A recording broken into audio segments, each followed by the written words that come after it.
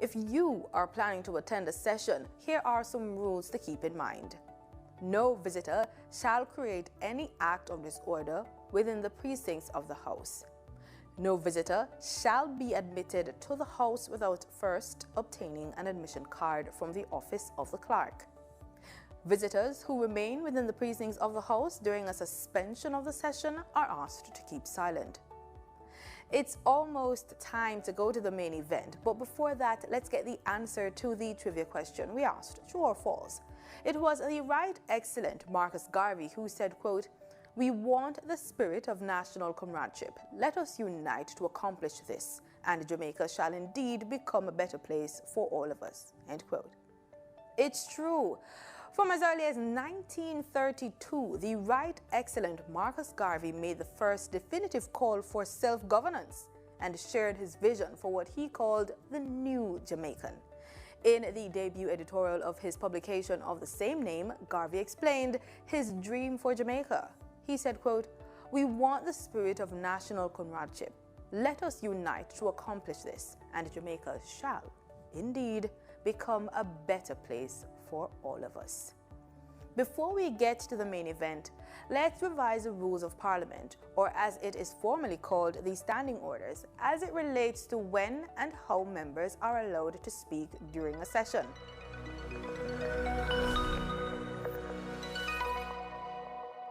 At present, the Joint Select Committee of Parliament is considering job descriptions, codes of conduct, and performance standards for parliamentarians, and it is hosting town hall meetings to hear the public's opinion and inform them about the role of MPs as well.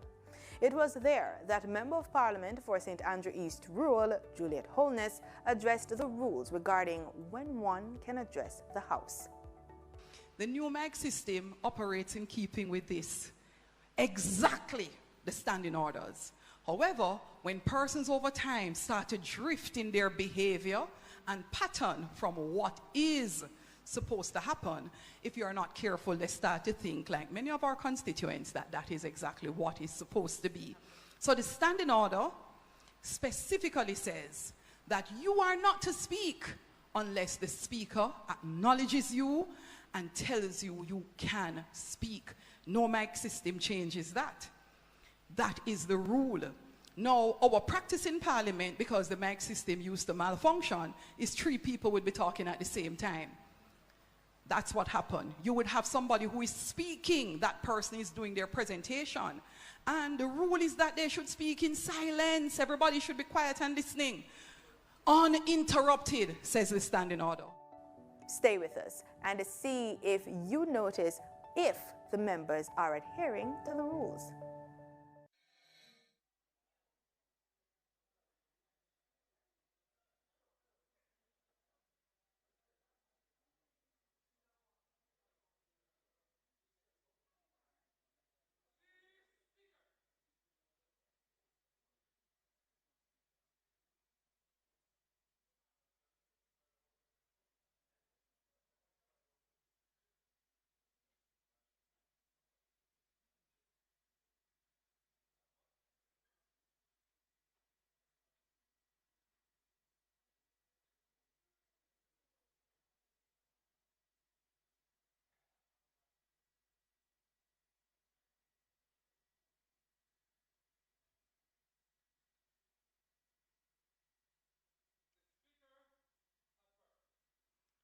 Almighty God, by whom alone kings reign and princes decree justice, and from whom alone cometh all counsel, wisdom, and understanding.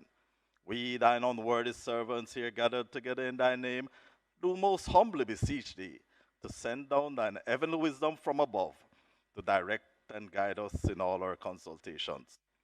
And grant that we, having thy fear always before our eyes, and laying aside all private interests, prejudices, and partial affections, the result of all our counsel may be to the glory of thy blessed name, the maintenance of true religion and justice, the safety, honor, and happiness of the king, the public weal, peace, and tranquility of the island, and the uniting and knitting together of the hearts of all persons and estates within the same, in true Christian love and charity, one towards another, through Jesus Christ our Lord. Amen.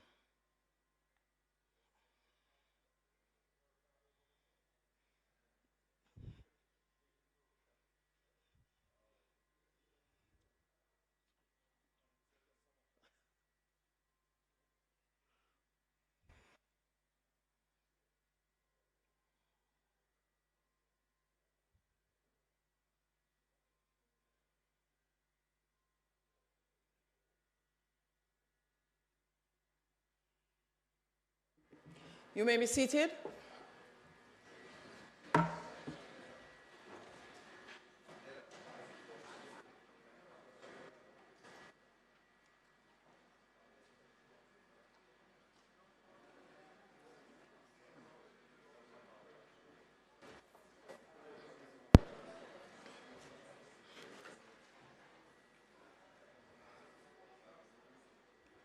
This honorable House now resumes its sitting.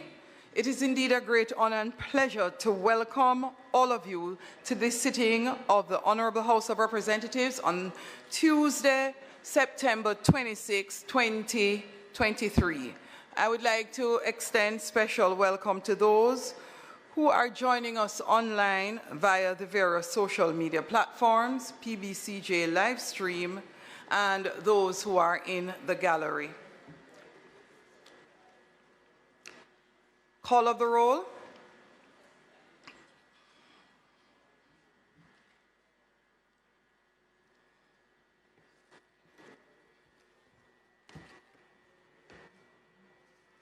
Mr. Bartlett, Mr. Holness, Dr. Clark, Dr. Chang,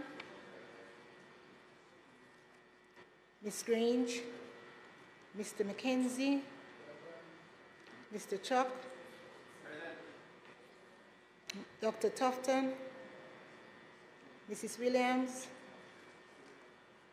Mr. Vaz, Mrs. Mallow-Fort, Mr. Charles, Mr. Green, Mr. Morgan,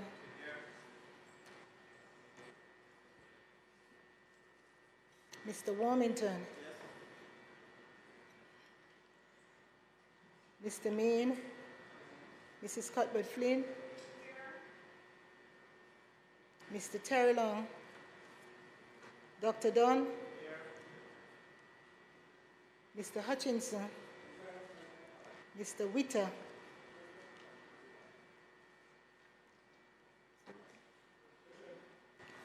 Ms. Smith, Mr. Davis, Mr. Brown, Dr. Brownberg,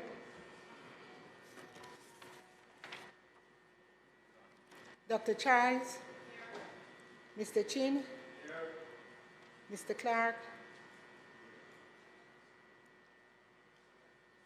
Mr. Cousins, Ms. Crawford, Ms. Daly, Ms. Davis, Mr. Golding, Mr. Graham, Dr. Guy, Ms. Hamilton, Ms. Hannah, Ms. Anna, Mr. Henriquez, Mr. Henry, Mr. Hilton, Mr. Jackson, Mr. Lawrence, Ms. Lee, Mr. Miller, Mr. Montague, Ms. Morrison, Mrs. Nita Garvey, Mr. Paulwell, Mr. Phillips, Dr. Phillips, Mr. Robertson, Mr. Robinson, Mr. Samuda, Mr. Shaw, Mr. Siblist, Mr. Slowly, Mrs. Vaz, Dr. Wheatley,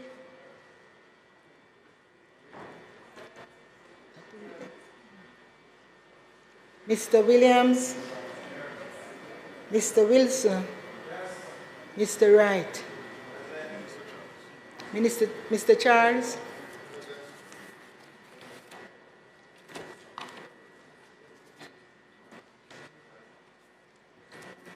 Members of this Honorable House, I received the following letter from Mrs. Dalrymple Philibert. Dear Ms. Curtis, this is to formally advise the House of Representatives that I have resigned as Speaker and member of the House of Representatives with effect from the date of this letter. And the date of the letter is September 21, 2023.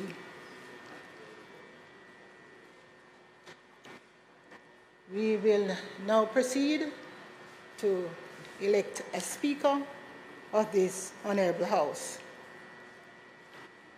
Members present, I call upon you to elect from among you one not being a minister or parliamentary secretary to be the Speaker of the House of Representatives.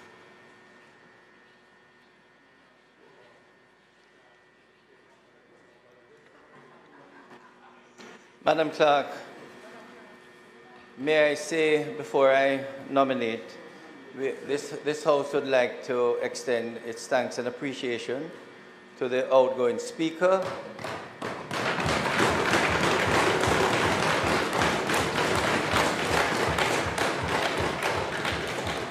the Member of Parliament for South Trelawney, and we wish her well, but do express our appreciation for the sterling work she contributed as Speaker of the House. Madam Clerk, I beg to nominate the Member of Parliament for the great constituency of East Rural St. Andrew, Mrs. Juliet Holness, to become the Speaker of the House. Ms. Clark, Ms. Curtis.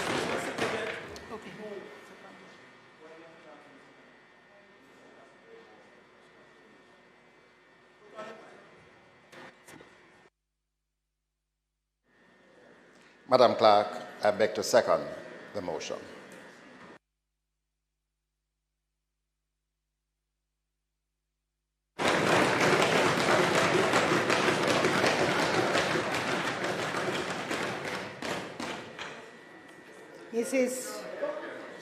Mrs. Juliet Holness has been nominated and seconded. No. No.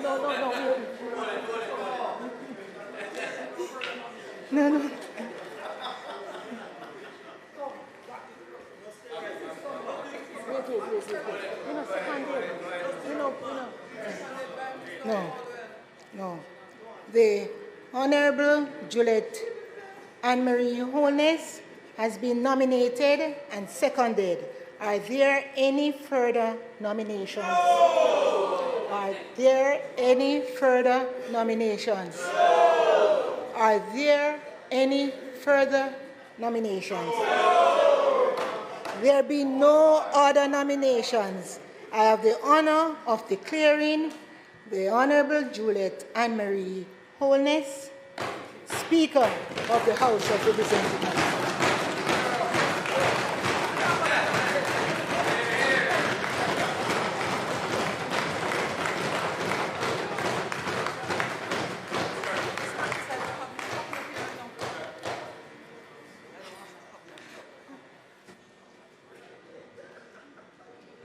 Madam Speaker, welcome to the chair.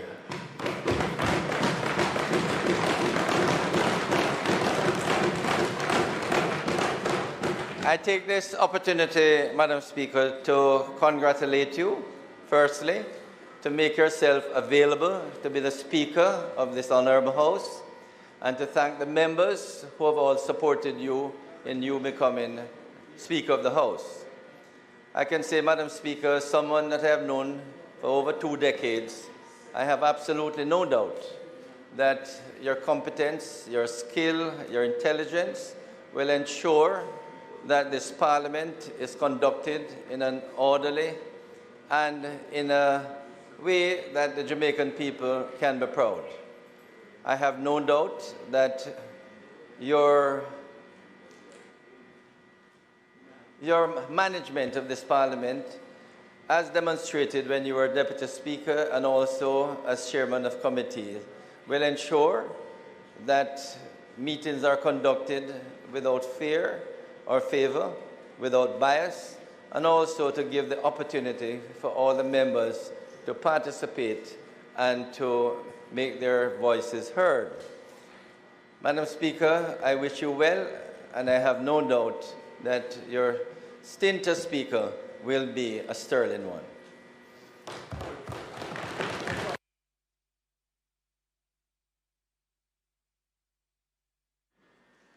Madam Speaker, I join with my colleague in congratulating you on the ascension to the chair of Speaker of this great House.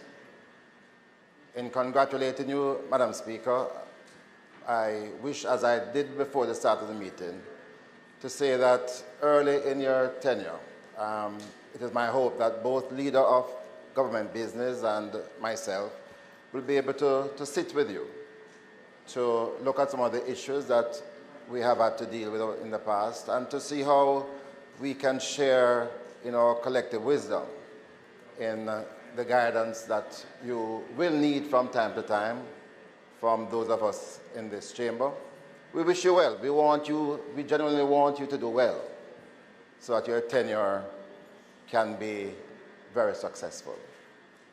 Madam Speaker, I would not resume my seat without thanking colleagues, all the colleagues in this House who have reached out to me. In fact, not only the colleagues in the House, but staff members, indeed all of Jamaica, who have reached out to me over the last 2 weeks as I go through my own personal trial, and to really say, despite the fact that we are closer today than we were 2 weeks ago at finding my daughter, and her mother, but I do feel the prayers, and it's prayers from hundreds and hundreds of Jamaicans who have reached out.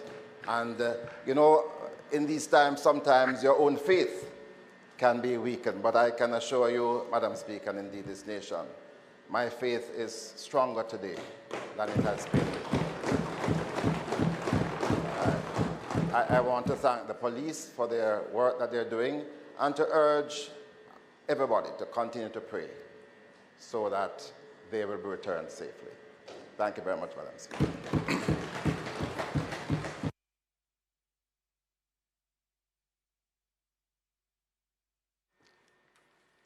The Honorable Juliette Anne-Marie Holness being elected Speaker of the House of Representatives.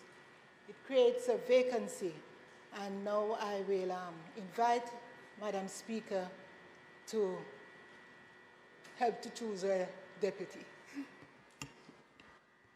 I now call upon the members to elect one from among you, not being a minister or parliamentary secretary, to be the Deputy Speaker.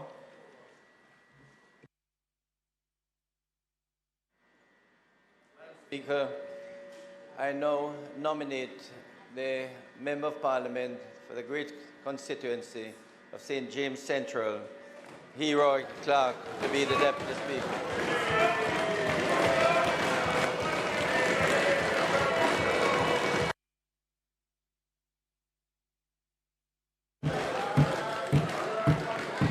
Madam Speaker, I beg to second the motion.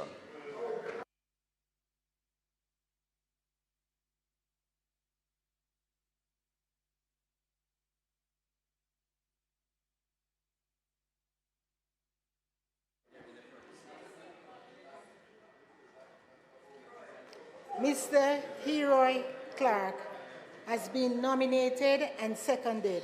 Are there any further nominations? Are there any further nominations? Are there any further nominations? There be no other nominations. I have the honor of declaring Mr. Heroy Clark Deputy Speaker of the House of Representatives.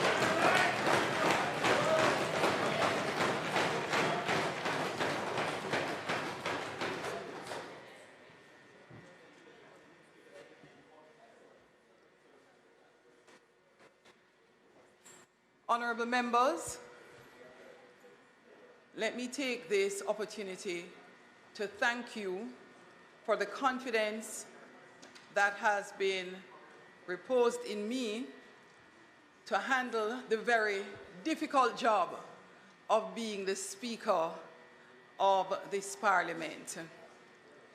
I accept my responsibility with great humility, and I will always endeavor to ensure that I manage with equity, judiciously balanced, and always in keeping with the standing orders of this noble House.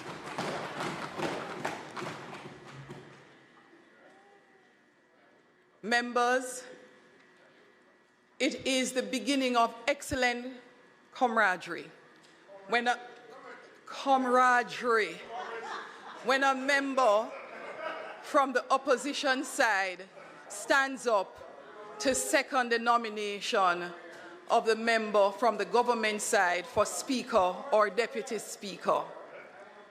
And I hope as we continue to do our duties on behalf of the people of Jamaica, we will continue to display that type of relationship that keeps our House disciplined and orderly in the benefit of all the people of Jamaica.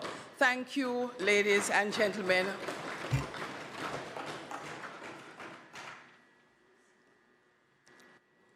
I'm ready to move.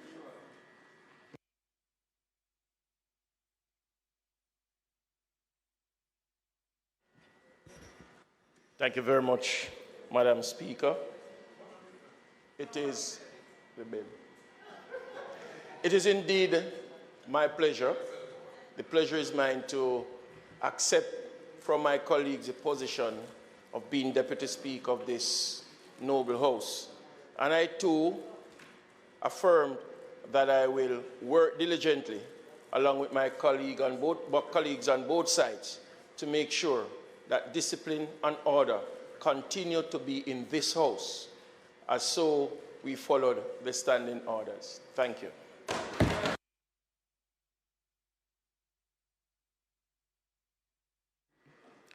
Before we move on to the next item on the agenda, it would be remiss of me not to thank my predecessor, Honorable Marissa Dalrymple Philibert.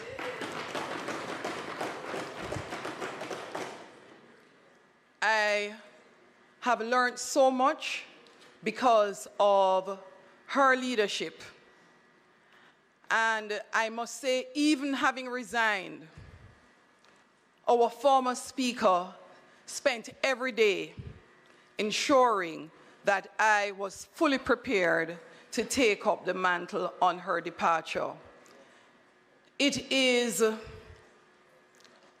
pleasure to find individuals who love Jamaica and the work of the Parliament to the extent that whatever is happening, the people of Jamaica come first. Former Speaker, I personally thank you for your service, and I am expecting that you will be there along with other former speakers, both here in the House and those who are in retirement, to continue to guide my hand. Thank you, Honorable Marissa Dalrymple Philibert.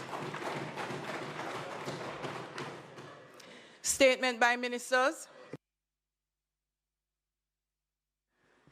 My apology, I see a hand around there. Thank you very much, Madam Speaker. Let me too add my bit of congratulations to yourself being elevated to the lofty position of Speaker of this Honorable House, and to your deputy, Mr. Heroy Clark.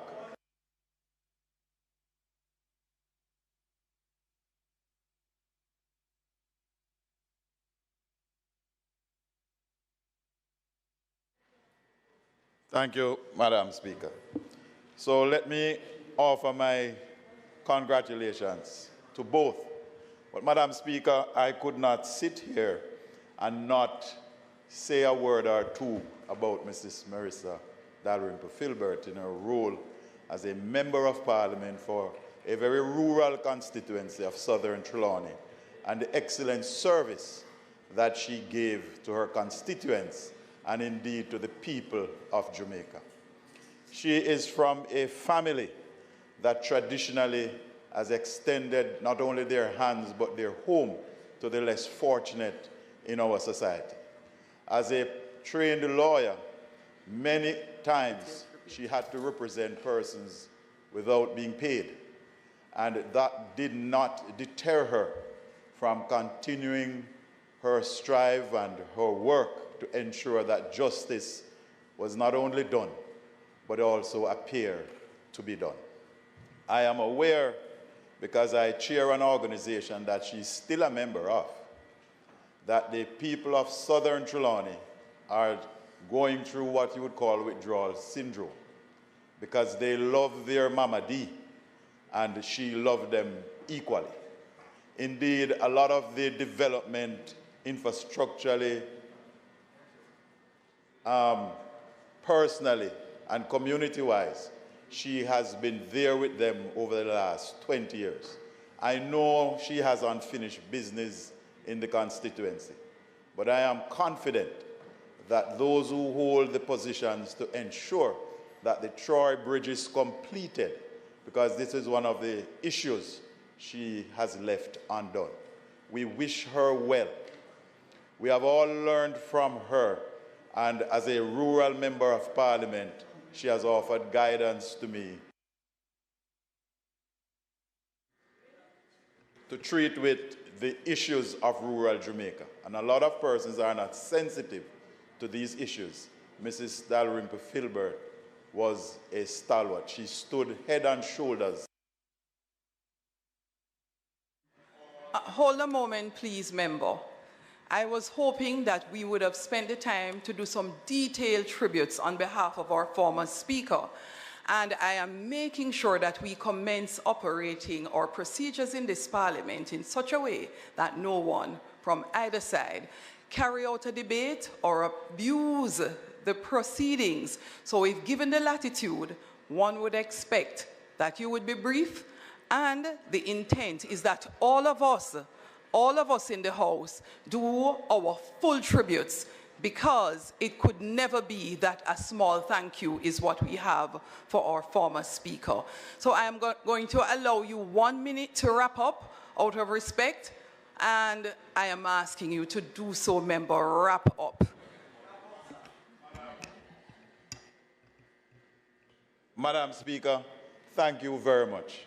But now that I have finished my opening remarks, but Madam Speaker, thank you very much, and I await that time when you allow members to give a more detailed tribute to the lady. Thank you so much, member.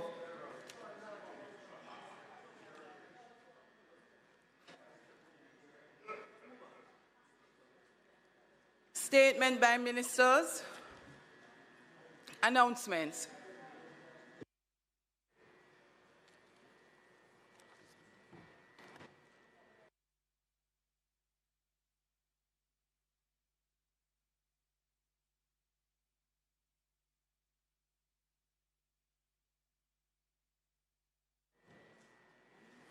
Laid on the table of the House today are the following: Annual Report on Audited Financial Statements of the National Irrigation Commission Limited for the period 2020-2021.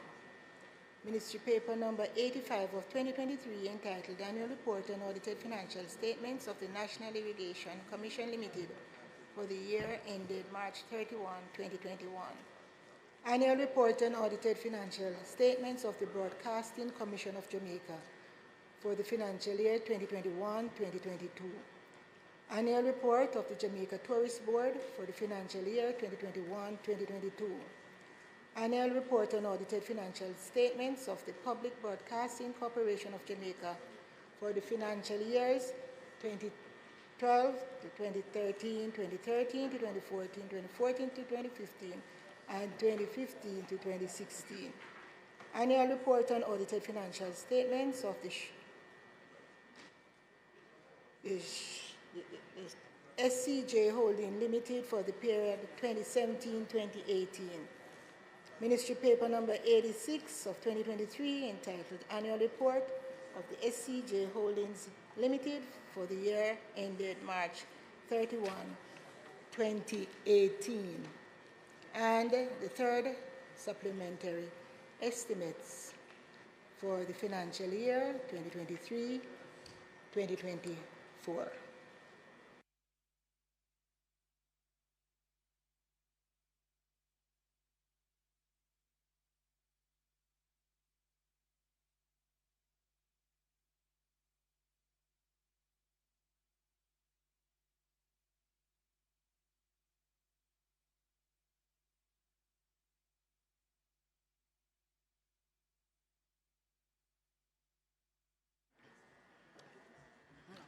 There may be a recommittal of announcement.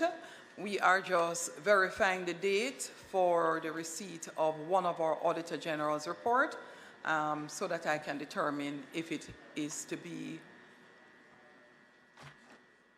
tabled today. Member Robinson. Speaker, you may have preempted me. There are two issues that carry over from your predecessor. One relates to the Attorney General's opinion on the tabling of both the Integrity Commission and the Auditor General reports. And I'm asking if the opinion can be shared with the Parliament. And secondly, I was going to ask you about the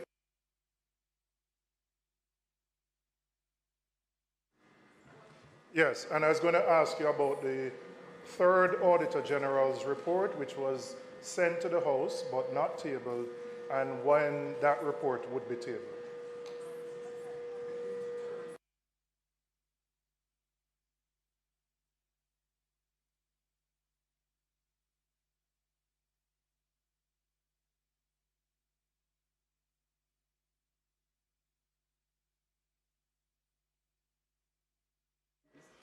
Member Robinson, as I have just taken the Speaker's chair, I will endeavor to respond to you on at the next sitting, Tuesday coming. I have seen at least one report. I've asked the clerk to verify the date received. And just for the benefit of the House, it is a discussion that has been ongoing. My intention is to also have a discussion with the Auditor General so that we have the clarity in terms of when the report is actually filed with the ministry. Once I do so, I will indicate what my suggestion is to her. My express view is that we find a way to ensure we know that the report is tabled at the ministry itself, because ministers continue to indicate that for public bodies, they are not aware of some of the audits executed. There is one particular special audit that has been sitting in the Speaker's office. It is one for Transport Authority. It's a special audit, and I'm just trying to verify the date. So before Parliament is concluded, that is why I indicated I would ask for a recommittal, because I'm just doing a verification, and then we would move forward with the process. In respect of your other questions, if you do not mind, I would appreciate the time to just pull the records again and come back to you with a response. I am not of the mind to change any of the rulings of the Speaker at this time, as would have been done for all speakers. Yes, I take my responsibility as Speaker going forward, and the rulings and determination that we had prior and the standing order that we had prior is what will continue to pertain, but I will be doing my own review. So, Member Robinson, until next Tuesday.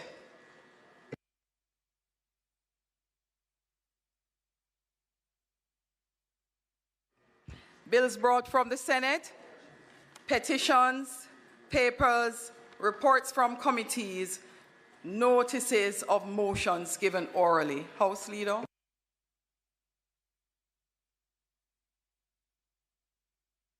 Madam Speaker, I'm going to ask that these matters, a number of matters from the Minister of Finance should be dealt with. But can I ask that we move on until he is in the House so we can recommit? Thank you, Madam Speaker.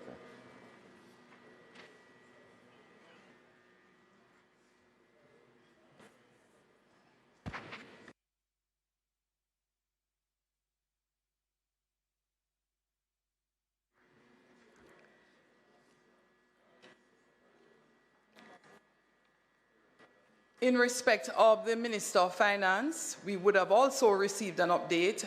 We, as indicated by House Leader, will continue and if necessary may have to take a recess. Yes, we will do a double check. Questions and answers to questions?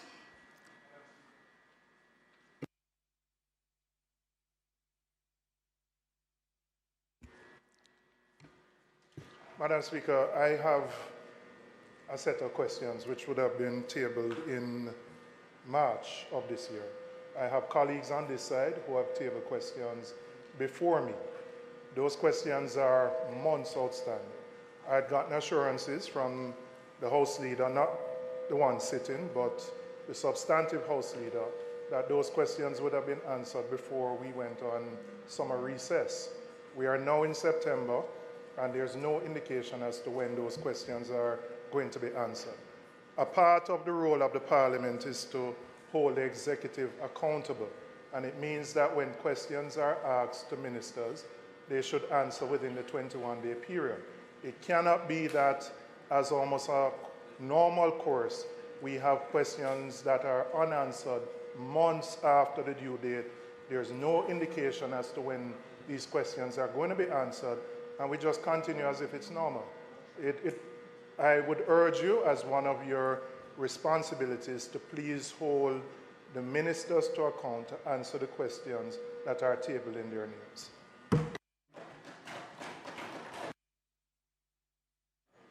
Madam Speaker, sorry for the inconvenience, but can I ask for a recommittal of notices of motions given orally?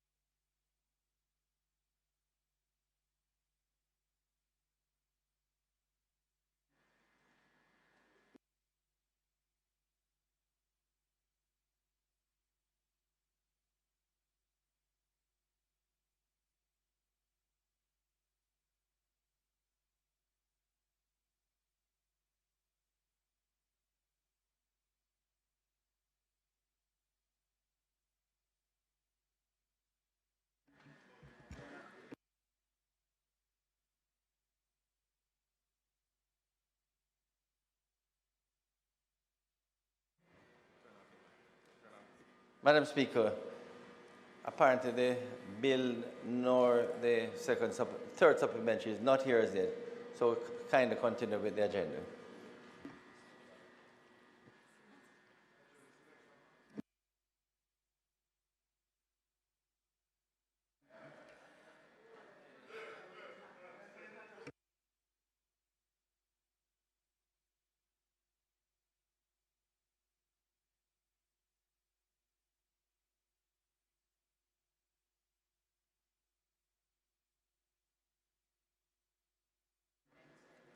Member from St. Andrews Southeastern, Member Robinson, in respect of the statement you made, questions and answers to questions, I ensure that I appraise myself of the rules in that regard, and the members of the executive will also have pressure from the Speaker through the House Leader to ensure that our questions and answers to questions follow the requisite rule. There is the provision for extension, and there is the provision for discretion. It will be among the discussions had with the leader of the government and the opposition leader of business. Thank you. Motions that may be made at the commencement of public business requiring notice. Motions relating to the sitting of the House. Motions for leave to introduce bills. Presentation of bills without leave of the House, first obtained.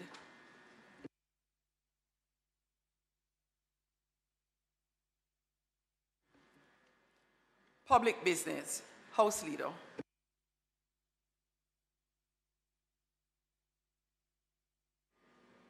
Madam Speaker, there will be two main items this afternoon. It is the debate and completion of an act to amend the law reform, zones of special operation, special security and community development measures, which will be taken by the Honorable Dr. Horace Chang, and then thereafter the second supplementary budget will also be tabled. Madam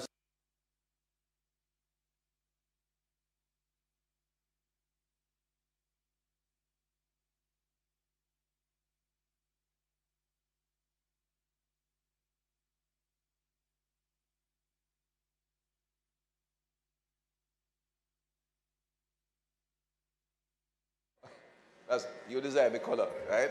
So the red is gold. Red Honorable is gold. Dr. Horace Chang, Deputy Prime Minister and Minister of National Security. Would you be so kind as to provide the stand for this paperwork? Much better. Thank you. Thank you, Orderly.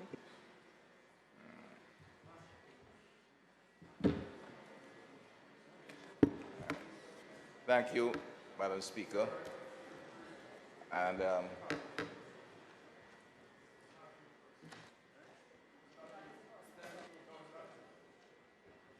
as I begin to make my presentation, is not only express my appreciation to the outgoing Speaker, privilege to work with her, but I consider it, as I say, it's a good omen that I move the first bill that you'll preside over in passing. Madam Speaker, you'll recall that it was in September 2017, the first zone of special operation, ZOZO, was declared in the community of Mount Salem. At that time, the Mount Salem community met all the required criteria and demonstrated the requirement for increased security and definite investment in the social and services and infrastructure of that community. Madam Speaker, prior to the establishment of the zone of special operation in Mount Salem, a community in which I have special attachment. I lived there once. The community had been plagued with intense gang-related violence and criminal activities among several gangs operating from the communities within the St. James Police Division. Today, Madam Speaker, having had benefited from the sustained security, social, infrastructural investment within the area, Mount Salem is beginning to show the signs of positive transformation. In addition to Mount Salem, 6 other communities which met the eligibility criteria have been declared zones of special operations: Lambtown, Augusttown, Greenwich Town, Norwood, Parade Gardens, and section of Savannah Mar. They are active, and the residents of these communities are experiencing significant transformative activities within these areas. Madam Speaker, this government understands and is committed to improving the lives and the life of outcome of the people in our vulnerable and volatile communities. It is for this reason that in December 2020, we convened the Joint Select Committee to consider and report on the zones of special operations and do whatever necessary amendment would find practical and useful to make it even more effective. In fact, in these significant instances, Madam Speaker, it's a piece of legislation that enjoys the support of the entire House and the entire community of Jamaica. It's a far-reaching piece of legislation to seek to bring about significant improvement in a number of our challenged communities. The Joint Select Committee mechanism we undertook, through the Joint Select Committee mechanism, we undertook a comprehensive stakeholder-informed review of the legislation. The report of which was tabled in Parliament in January 2022. The work of the Joint Select Committee enabled us to design a more robust and relevant bill as responsive to our current social, cultural, and economic dynamics of those who reside in these volatile communities. Madam Speaker, it took a bit longer than we had hoped to finalize the bill.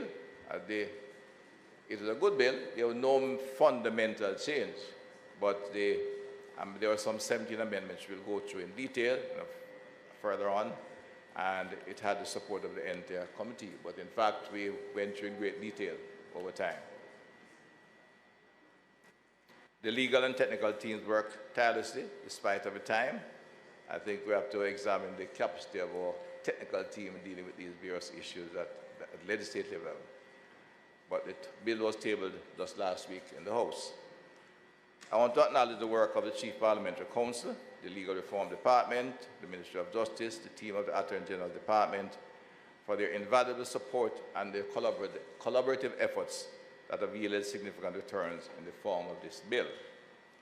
I wish also to place on record my commendation of the policy and legal teams from the Ministry of National Security, the units from the Jamaica Constabulary Force, the Jamaica Defense Force, who, though small in numbers, are an effective team of professionals who did the heavy lifting in bringing this bill to the Parliament. I want to thank the stakeholders who made submissions to the Joint Select Committee of Parliament, Madam Speaker. I refer to the Ministry of Justice, Jamaica Police Federation, Jamaica Social Investment Fund, Peace Management Initiative Western, the City Security Secretariat, the Planning Institute of Jamaica, the Office of Public Defender, Violence Prevention Alliance, UWI Mona Law School, and the United Nations Development Program. My sincere gratitude to the technical team of the House of Representatives, along with the Jamaica Printing Service. It is the continued commitment and dedicated service of these stakeholders which has led to the advancement of this legislation. Madam Speaker, the Law Reform Zone of Special Operations, Special Security and Community Development Measures Act was designed with a view to facilitate social transformation, community development measures that are essential for public order and maintaining the rule of law. This, Madam Speaker, is to be accomplished and is being accomplished through a clear hold and build strategy. Madam Speaker, all 7 zones continue to advance along the clear hold and build path, with the Mount Salem Division being at the most advanced stage of the build phase. Though they are at different stages, the people experience with immediacy the transformative effect of their community and the restoration of hope that comes with those. And before I go clause by clause, Madam Speaker, may I express my gratitude to and appreciation to the members of the Joint Select Committee on both sides of the House. I think it's a committee that could be considered a model for cooperation and collaboration. We work together, and although there are 17 small but very significant amendments, the discussion throughout the Joint Select Committee was collegial and productive and gave direction for the development of this particular piece of legislation. It's a piece of legislation that enjoys the full support of the entire House and the entire country. It is indeed a far-reaching piece of legislation designed to take the work of government into a number of communities that are constantly challenged and volatile in a more positive way, and I'm confident we'll bring out the kind of results we wish. We have 7 zones. 3 are in the build phase, the other 4 are still in the hold phase, and I know that the Jamaica Social Investment Fund is looking at the required budget to expand that build phase into other areas, but not only into the other 4 zones, but based on the long-standing socio-economic survey by the Planning Institute of Jamaica and the continued review and by the continued monitoring by the police, Jamaica Constabulary Force of the violence data and other factors that affect the social environment in many communities, and having a good knowledge of the physical infrastructure of our challenged communities, we intend that this should be expanded to a number of areas across Jamaica. I think that the expansion is anxiously awaited by many of our members of Parliament who have such communities. The ministry is, in fact, undertaking to initiate some of the activities, even where we have not declared zones, because we have identified through the work in the zones and by one review of past performances that we can introduce programs through the various MDAs, the government, into communities that are challenged by activities that we consider fit the spectrum of zones, but may not yet reach that level in terms of the level of violence, but we have to start the work of the social transformation that is required in those communities. We already have, there is an ongoing program, literally just started, one funded by one partner to look, it's an interministerial collaborative effort with the Ministry of Education, working through some 35 schools to engage these 35 communities and begin that process, not only in ensuring the schools in collaboration, the ministry will be taken to a level that is acceptable to provide quality education, but will interface through the school with the parents and the wider community in dealing with some fundamental challenges in those communities. So, Madam Speaker, the bill proposes to amend 17 sections of the Act and to create one new subsection. Madam Speaker, members, I will now take the House through a clause-by-clause analysis of the bill. It won't be long. I said there were no major fundamental change, rather, but the changes were designed to make it a better bill. And I think we have successfully concluded that. In respect of Clause 2, Madam Speaker, maybe one of them, a single word, but a very important amendment. The bill proposes the renaming of the Social Intervention Committee as the Social Transformation Committee, which is to seek give direction in the very title of what we're intending to achieve in this particular activity. This amendment is being proposed, Madam Speaker, further to the recommendation of the Joint Select Committee, and the base that the utilization of the term transformation better reflects the nature and ultimate objective of the efforts of the committee and the intent of the law. Additionally, it is proposed that the membership of the Social Intervention Committee be expanded to include a representative of the Child Protection and Family Services Agency, as well as a member of the Joint Force who is trained in sensitivity to matters relating to gender-based violence. The bill further proposes, in Clause 3, the introduction of more inclusionary language in the recognition of the protection of the fundamental rights and the freedom of a person residing, working, doing business, and raising families in the zone. It also specifically highlights the need to redirect young persons out of criminal activity as a further object for the legislation, which supports the ministry's policy focus and redirection or diversion of vulnerable persons from criminal activity. The bill further proposes in Clause 4 to increase the initial period in which a zone is declared to be enforced from a period not exceeding 60 days to a period not exceeding 180 days. This time, Madam Speaker, is being introduced to reflect the nature of the zones of special operations as a piece of legislation, while it is designed to improve good order, security, public order, and public safety. The ultimate objective of the bill is to get to the build phase where we set a development program based in an atmosphere of peace and safety that will effect transformation in the community. We need time to do that, and one way to do it is considered by virtue of the experience of the members of the House who have zones that this is a more appropriate level to continue to implement this particular piece of legislation. So this, Madam Speaker, allows more time for the social intervention objectives to be realized and provide a more sustainable environment for the maintenance of law and order. In the first 180 days, which is clear, and beginning of the whole, much of some of the soft intervention can begin. Take a little while longer to get to the longer term. Bills also seeks to amend the circumstances under which a zone can be declared in Section 4 to reflect two distinctive categories, namely, as originally designed, rampant criminality or gang warfare, or high or escalating rate of violence, as well as the threat to the rule of law and public order. Additionally, members, the bill also proposes in Clause 5 to further qualify the authority with whom the Prime Minister and Council will be required to consult before a zone can be extended, as well as to increase the period of extension.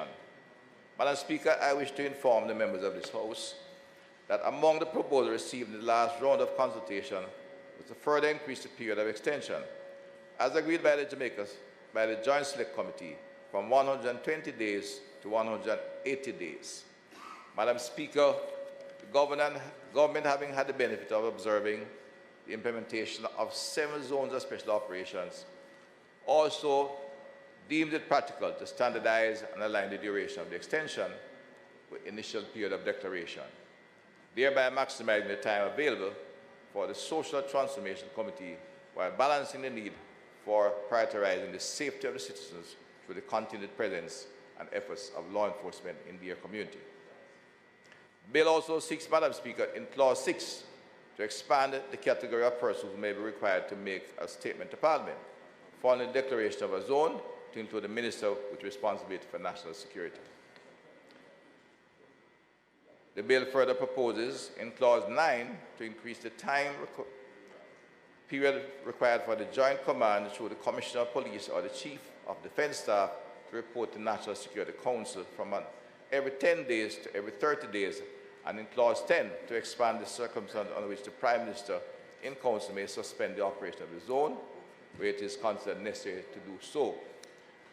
Pause again, Madam Speaker, indicate this 30-day report allows the Minister or the Prime Minister to answer urgent questions to members in the House who may have questions relating to the conduct of the zones of special operation.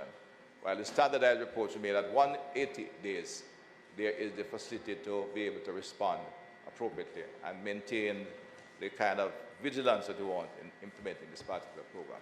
So that a member of Parliament or a member of the House who have a concern with the quality of the execution, whether in terms of security or in terms of the implementation of the bill phase, they may ask those questions and not to wait the 180 days and get an appropriate and the correct answer.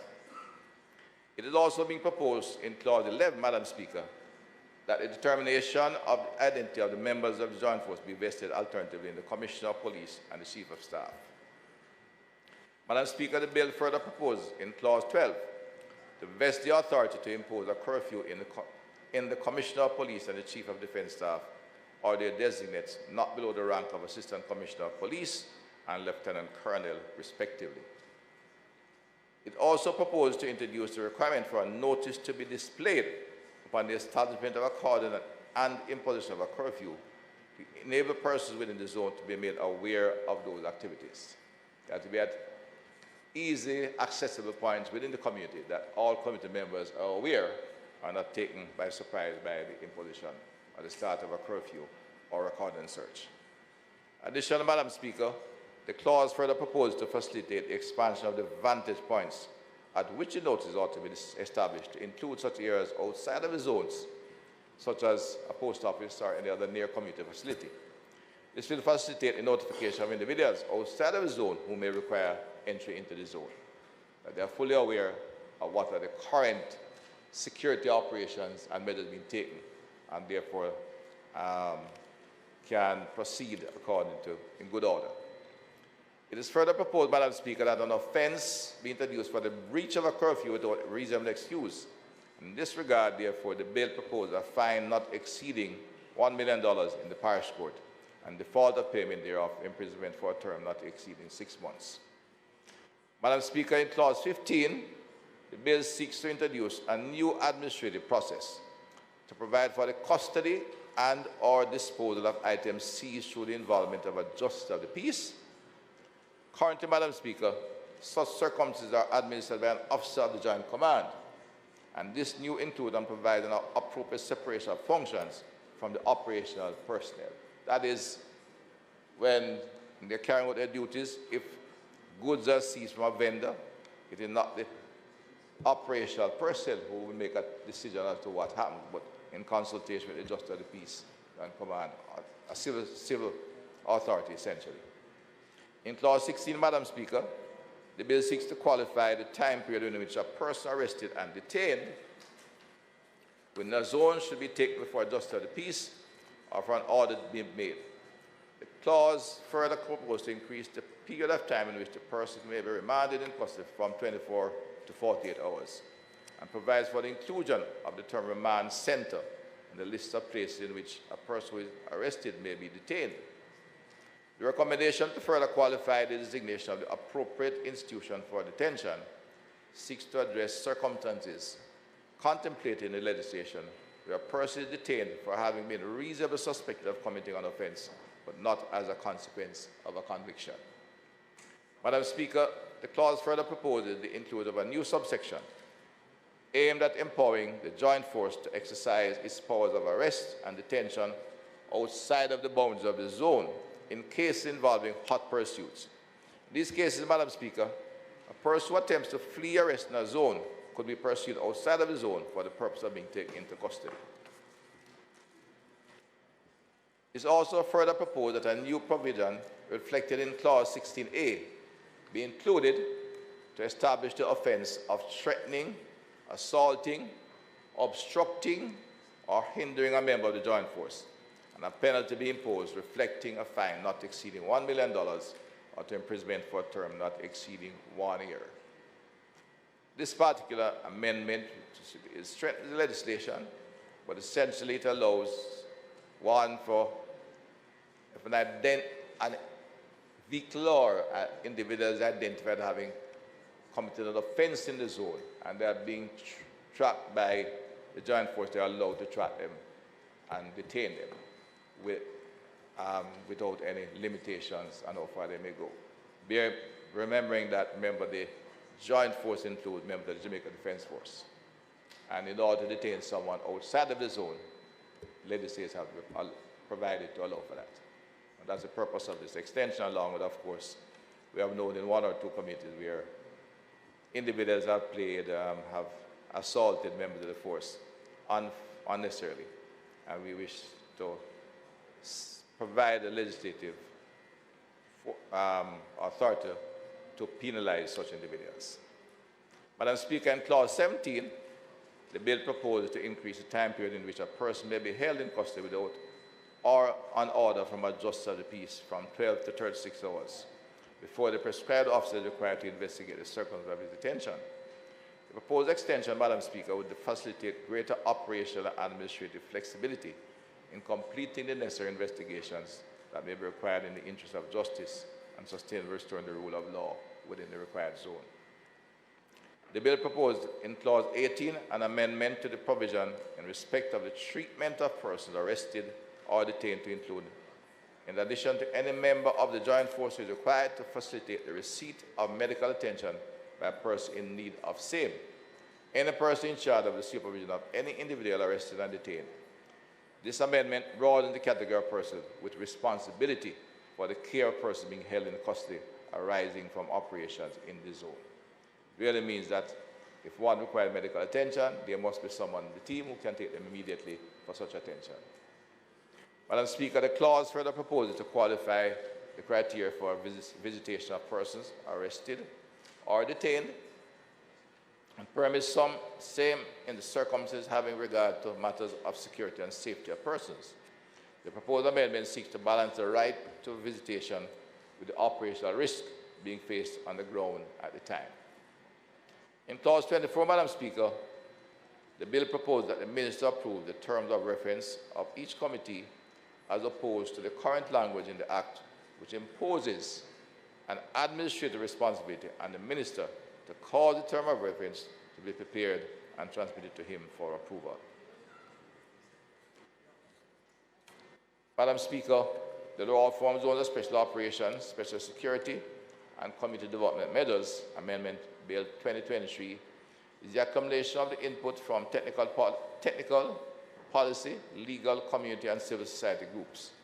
The proposed amendments are in the best interest of the people who reside within these vulnerable communities and volatile, and therefore in the best interest of the country, and reflects in many ways the strength of a democracy, as we not only had the Joint State Committee members commenting, making suggestions, and reviewing submissions, and submissions came from an extremely wide cross-section of society who have the basic interest of not only ensuring law and order in society, but to restore hope to the challenged communities, as we refer to the many communities where we have extensive violence beside social and environmental decay.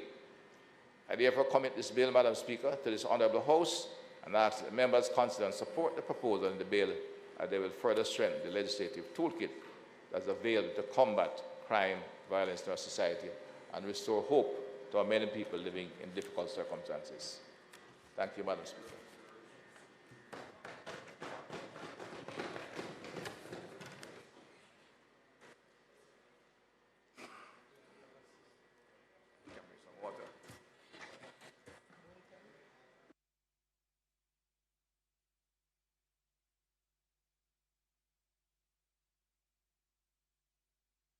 As Madam Speaker, no, happy that I have now gotten it.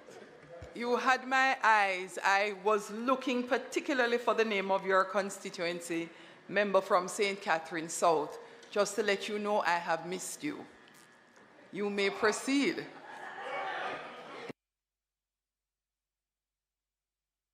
Please turn on your mic, Member Jackson. Madam Speaker, I have to try to compose myself to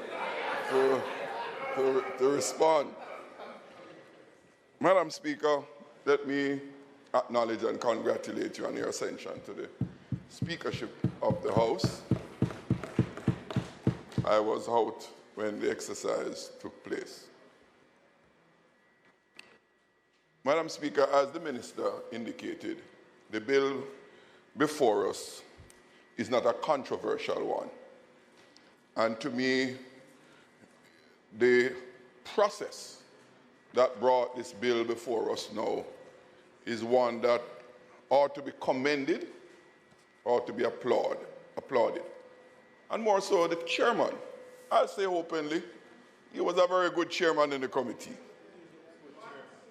Yes, he was very facilitatory, and he was very cooperative. Not always that way, I must say, Madam Chair, but in the instant case, he provided that leadership to the committee deliberations. And then we can say at this stage, that it reflected true collaborative work to get what we have. As you know, Madam Speaker, this bill, the original bill, came about in a very, how should I say, rocky way, with a number of amendments, both in this House and in the Senate, before it finally came into being. This attempt is an attempt to make that bill a better bill. So it is not a perfect bill, but it represents some steps to make the situation better in light of the experiences that we have had, Madam Speaker. The minister made mention particularly of Section 18 and the insertions that make provision to treat persons who are ill or not doing well in the zones. Because while we're trying to fight crime, we must not appear to be opponents of the people and their well-being. We must be appreciative of the need to ensure that their well-being is secured in the process of bringing about order, bringing about a reduction in crime and violence. But, Madam Speaker, I must say, I'm a bit disappointed that this discussion is taking place now and not over a year ago. As was indicated by the minister and is set out in the bill itself, the report came to the House in January 2022. That's over a year and a half. Bills like these, which are to deal with one of the foremost challenges facing the country, crime and violence, cannot be dealt with in this kind of way.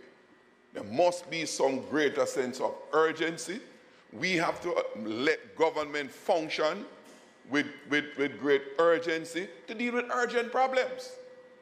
And it's not problems in the abstract way. We're talking about life and death. The level of murders taking place, the level of criminality taking place in the country is, as we know it, extremely high. And when it falls in our lap as government to put in place legislative support to assist those out there, the police and the JDF, in the fight against crime and violence. We have to be more responsive. We have to move with some alacrity. Why is it that this final bill is taking over 18 months to come to this stage, not even to bring it into law yet? Still have some more leaps to take. It would be irresponsible of me not to point that out in this discussion, Madam Speaker. Not merely to criticize what have happened, but to make sure we don't repeat it. That is what is important. Madam Speaker, in the committee, the minister indicated, for example, the change in the term from intervention to transformation. There was much discussion and debate around that because all the members on both sides appreciate the importance of making sure that we seek to transform the communities rather than merely having interventions. But, Madam Speaker, that must go beyond words. That must be manifested in the programs, sustainable programs that are put in place. Many members of parliament on both sides, with the upsurge of violence, have begged the government to institute zones of special operations in their areas where you have high increases in criminal activity. So there's no hostility to the presence, but what we want is substance out of it. We have said on this side over and over, hard policing is not enough. We need social intervention to go parallel with hard policing. That's why we have supported the zones of special operations and have emphasized the need for social intervention, adequate social intervention and sustainable social intervention, because we must transform communities so that we can have a transformed country. And it's not going to happen overnight. It means that we must put in place the human capacities, the social workers, who don't show up in a big ceremony and then after that nothing happens, that they are there on the ground. And the truth of the matter, Madam Speaker, we have enough experiences in this country to tell us that for social transformation, you need a strong cadre of social workers. The SDC, for example, they don't really have the capacity to do the kind of social intervention that is needed. They don't have the resources. They don't have the monetary allocation to recruit and maintain the human capital that is needed for that intervention. So I'm making this plea, Madam Speaker, that while we have full agreement, a convergence around these modifications, because that's what this bill is a modification of what we had before. While we converge in doing that, let us recommit ourselves, not only in words, but in the allocation of the resources that can make this bill achieve some of the things that it set out to achieve at the outset. Madam Speaker, we must not talk, when we talk about the bill phase must not be about the physical building. It must be about the social infrastructure building. That's the kind of building we want to see take place in the bill phase of the ZOSOs. So, as I said, the opposition is in full support of the bill before us. We just urge that we make the provision in this meaningful without undue delay. Jamaica begs us to do that with some urgency. We must respond. Thank you, Madam Speaker. Thank you. We'll now acknowledge the member from St. Andrew Southwest. Yes, sir. Thank you very much, Madam Speaker. Madam Speaker, as I rise, let me also add my own words of commendation to you assuming the chair. We had a conversation while we were testing the mic a few days ago, and I hope you will remember some of the commitments you made while you were not speaker then. because I'm hoping to see you do them in the chair. You're a witness. There you go. There you go. Madam Speaker, I really wanted to speak, and not for very long. I wanted to give my commendation to the chairman of the committee and the members who served. And I am pleased today to see the changes. We would have read them in the reports when it was tabled. But particularly, I wanted to single out the collaboration that has led us to this. And I do so particularly because, Madam Speaker, over the last couple of years, every time a member of the opposition would have noted something that we were not pleased with, there were others, I won't name where they were from, but there were others who pointed to the fact that we were not committed to actually dealing with the issue of crime and violence. And I believe that the approach taken by the committee in working on the amendments and getting us to this stage proves that to be a lie. And it is obviously clear that we all have the same goal. So I'm very pleased for that, and I believe it's a signal to the rest of Jamaica, and we can stop pretending that we are on different sides of this issue of crime and violence, which is so important to us in Jamaica in terms of stemming that. So that's one. The other, that I sat there listening, Madam Speaker, and it is a thought that I've had as we have been discussing it every time, is how do we measure success? And it is good to actually hear the reports, see the money that is spent, talk about the activities. But again, as we are saying, we're looking at transformation. And when I read even the reports, I don't get a sense that we are clear as to what will constitute success in these ZOZOs and over the time. I know that it is difficult to set a time, but I think it would be important to at least identify what are those indicators that would say to us that we are in fact making progress and that we are having success. And lastly, I just want to echo that yes, we want to make sure that there are some physical changes. Yes, we want to make sure that there is that interaction, the committee that is established, discussion that is ongoing. But I believe it is also extremely important to make sure as we look for changes in communities, we look for changes in people's lives and in the members who make up the society coming from these communities. Thank you. Thank you, Member. Honorable Minister.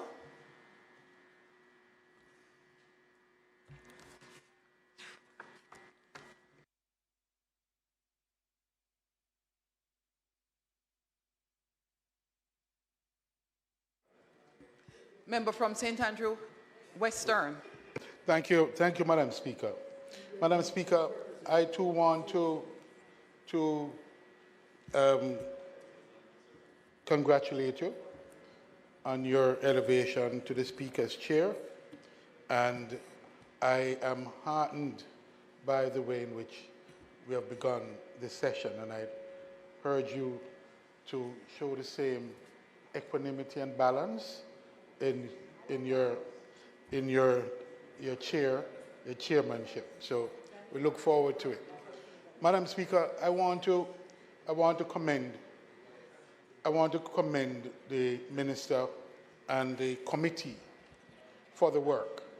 The Minister would have known that from the onset, I have been one to call for this kind of balance in the fight against crime and violence, and that it was not just the hard policing that was critical, but that this aspect of the work was very critical to the success of the fight. And so I'm very pleased today to see that the amendments are before us. And I'm paying particular attention to sections 23 and 24 of the Act that is being amended with the introduction of the Social Intervention Committee. And Madam Speaker, I think that work is critical. The Minister also mentioned that the fact is that those communities that have not been declared zones of special operation, but that the Planning Institute over the years have identified as communities with particular challenges, that the work towards those committees continue, the assessments continue, and the interventions continue to preempt some of what can be. We know there are challenges, and we've seen some of them, the Minister and I, certainly in parts of my constituency, New Haven in particular, where we have gone to deal with aspects of the situation there. We see a situation that with some proactive steps, some things might have been avoided, and really some difficult situation might have been avoided. And so I say to the Minister that I look forward very much to the fact that the committee will look at some of those situations and begin to address those situations. But I think, Minister, that with this balanced approach, I think you will see that you'll get a more fulsome support for the activities of the forces, the command, both the police and the military, in their operation, because we believe now there is the possibility for this balanced approach that I believe will make the fight a more effective fight. So thank you, Minister, and we look forward to its implementation, the monitoring, and the evaluation as we go along. Thank you.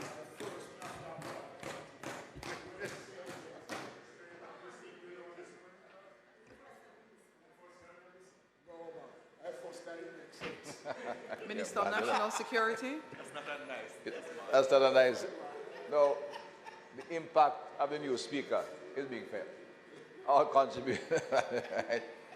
Madam Speaker, in closing this step, we thus thank the members who have contributed for their support in this debate and the Law Reform Zones of Special Operations, Special Security and Community Development Measures Amendment Bill 2023.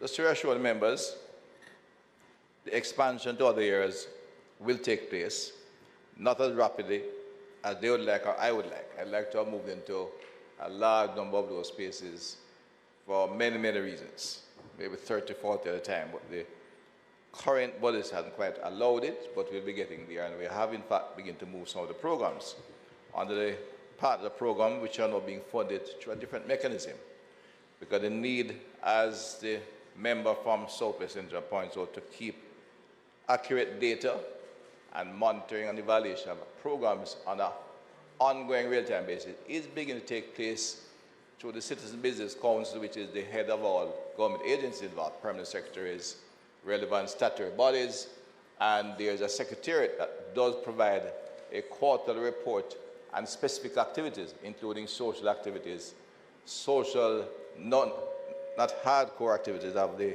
infrastructure type, family issues, educational issues, counseling, as we go through the coming health care and things like registration, which is legitimizing identity, all the program that goes in through the Ministry of Social Security.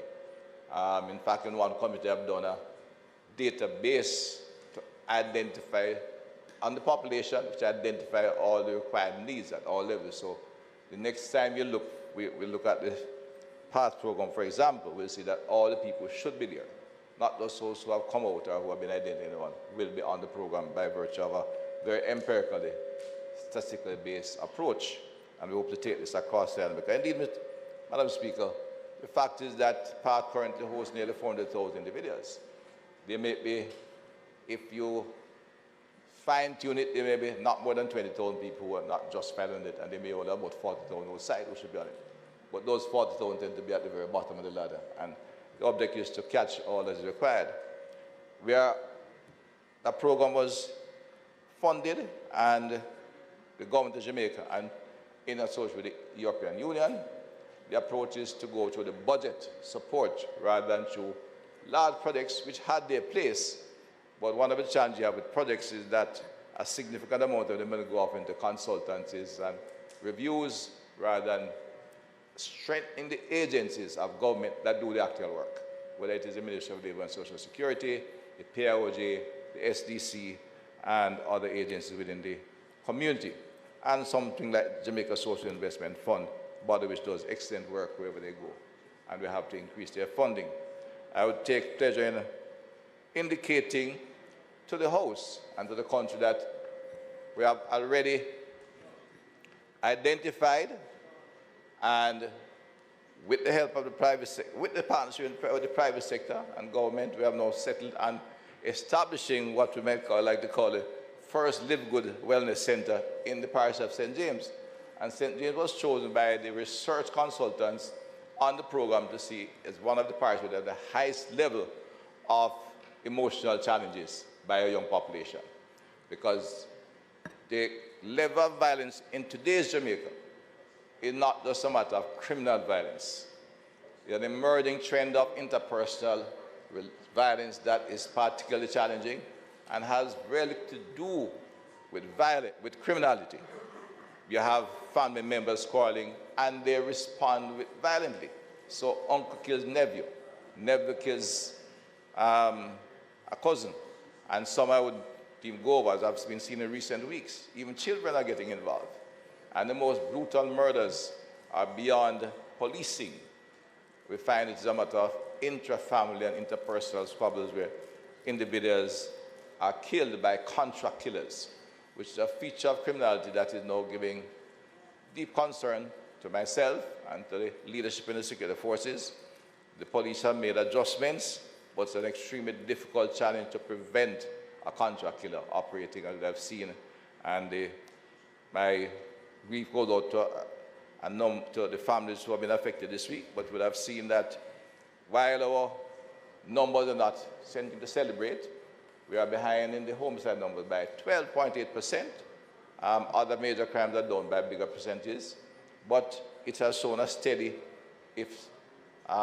slope, if it's an even narrow angle. What I mentioned because this week we saw a triple and a quadruple homicide. Very, very, very worrying and traumatic in society. But both were obviously, as by the police, contract killing. Right? Now the particular one in St. Catherine, which is drawing the attention of the entire country this morning, involved 4 women. Let's give thanks, there were 5 children and they were not affected. But this is a very remote area, relatively speaking. I think the member of parliament this year was up there, but it's relatively speaking to say an urban center where you have characteristics of gang violence, etc. So it's far out on a big farm. And we found that 4 individuals were set upon and executed. 3 of the individuals, in fact, were literally recent residents. 2 were actually helpers for practical purposes who had come to assist a sick person who died last week. And then the mother of the lady who runs the farm came in like about 48 hours before, the day before or 40 hours before, to visit. So, but we see this kind of thing happening. It's very difficult to prevent. In the short term, we have intercepted a number of these before, which is not known, and thankfully we've been able to intercept more, but it's difficult to stop all of them. It will have to come from significant changes in behavior pattern.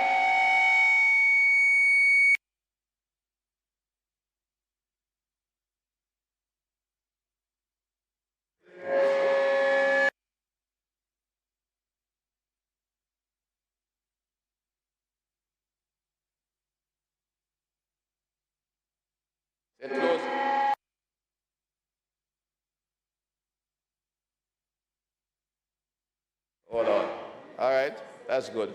In closing, Madam Speaker, I said I'd take pleasure in indicating that this new center, while the physical infrastructures are this new school building, cottage, teacher's cottage, the private sector is assisting in rehabilitating, and the Ministry of Finance has given the approval for a staff of 10, which be employed through the Ministry of Health.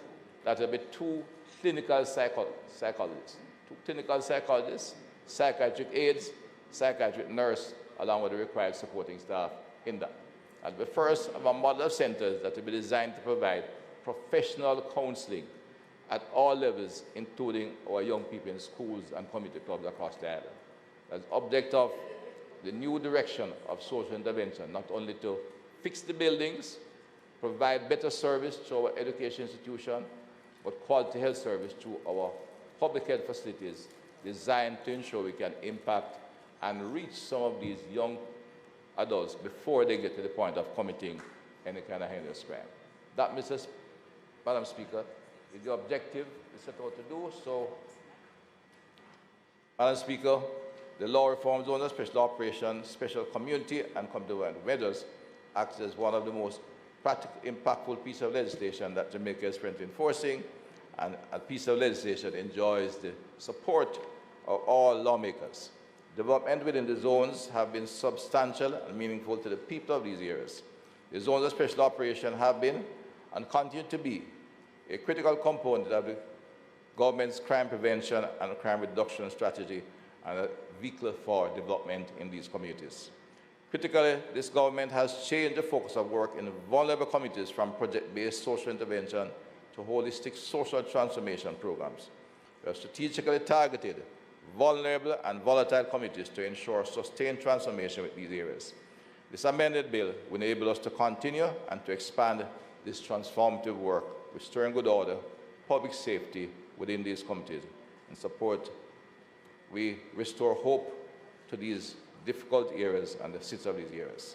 I seek the support of the entire House as we now move to take it back by cause.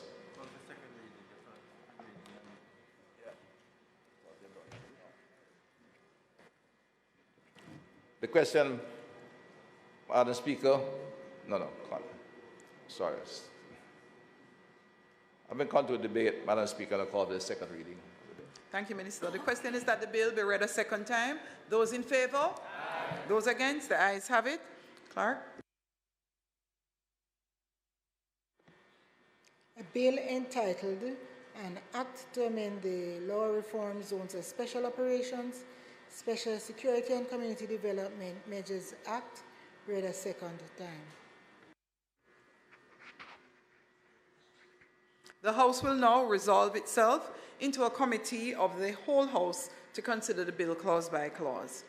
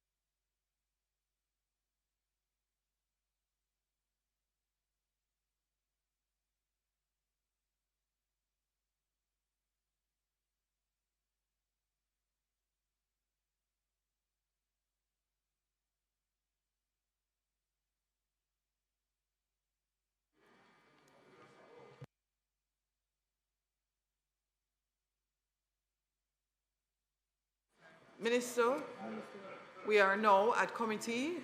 I would like to now put clause 1, or would you like?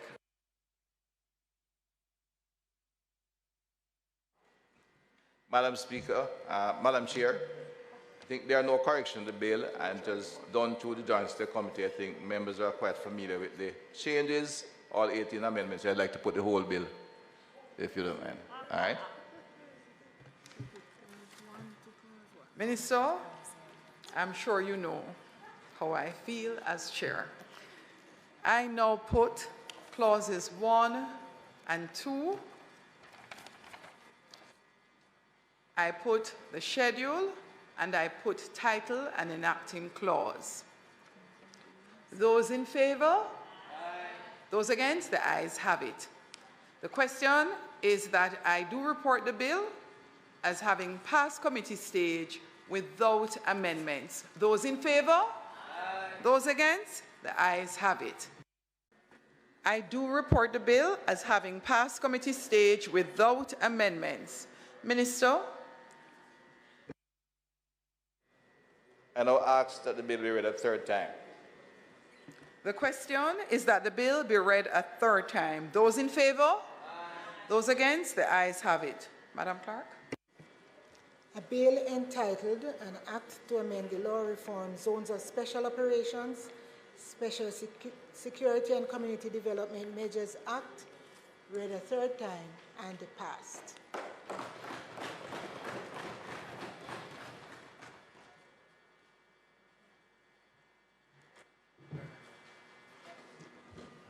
Madam Speaker, the other matter, the tabling of the third supplement.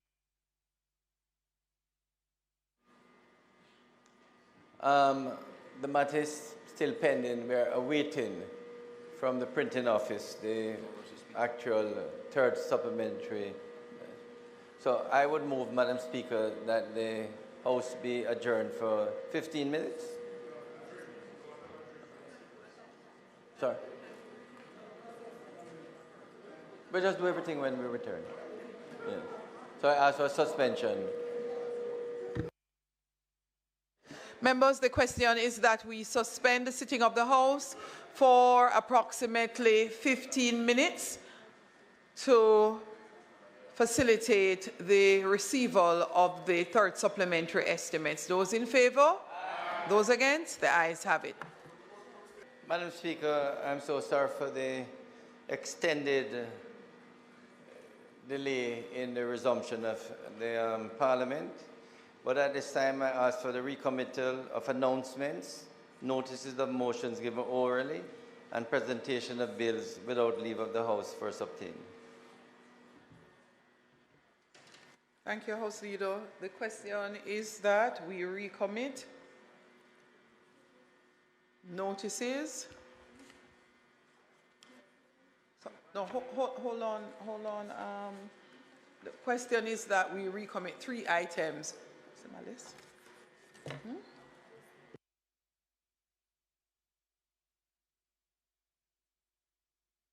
So where is it? Minister Clark, would you be so kind as to turn your mic off? House Leader, there is one other adjustment statement by Minister, so would it be possible for you to just do the...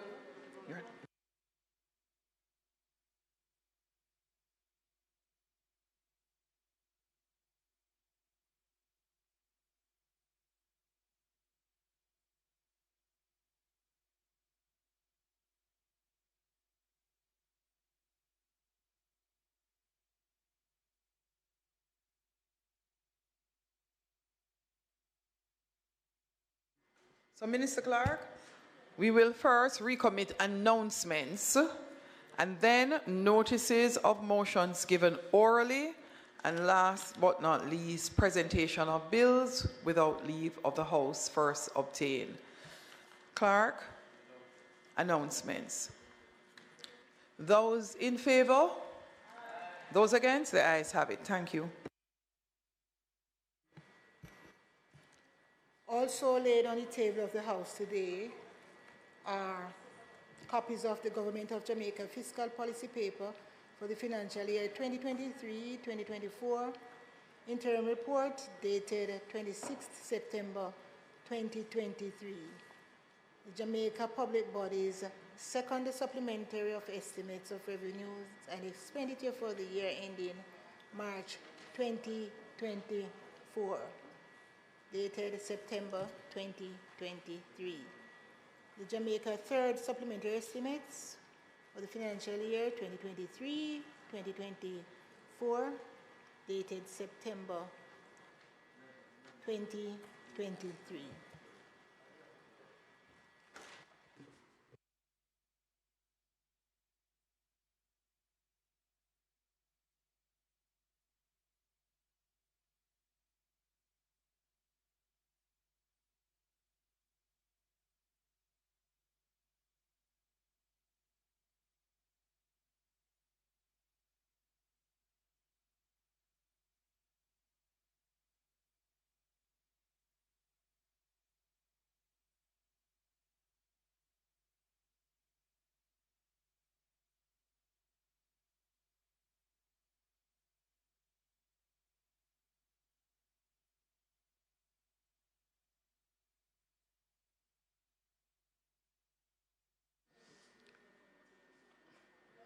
Minister of Finance, notice of motions given orally. Madam Speaker, thank you. I beg to give notice that at the next meeting of the House, I'll move to introduce and I have read a first time a bill shortly entitled the Financial Services Commission Amendment Act of 2023.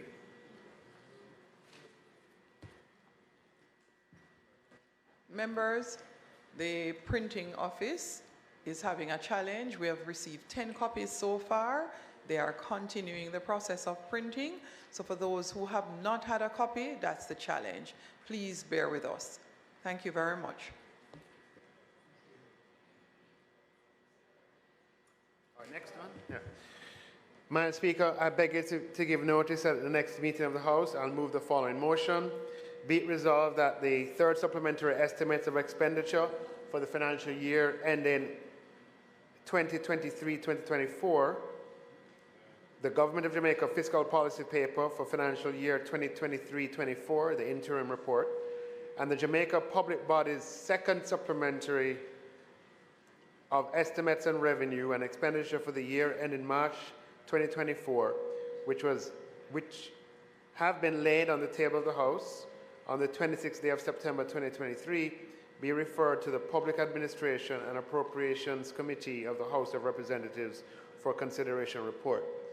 Madam Speaker, I further beg to give notice that at a later stage today, I'll move for the suspension of the standing orders to enable me to take this motion. Thank you.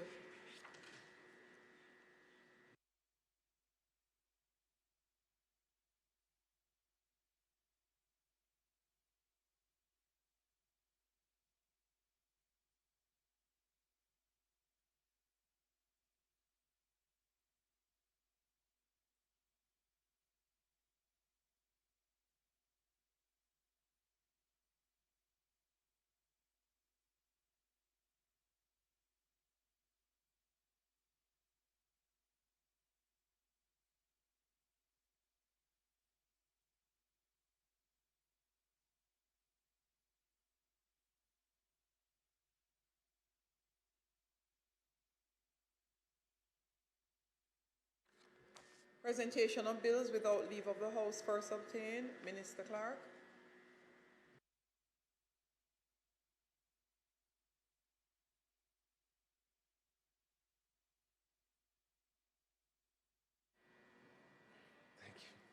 Madam Speaker, I now move for the suspension of the standing orders to enable me to introduce and have read a first time a bill shortly entitled the Financial Services Amendment Act of 2023. Those in favor? Those against? The ayes have it. Minister?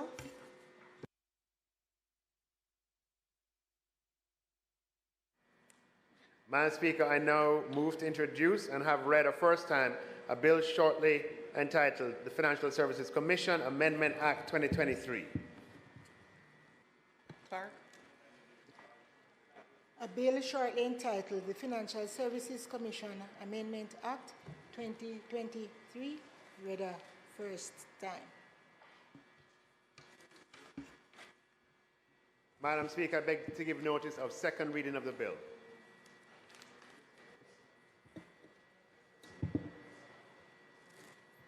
Here it is.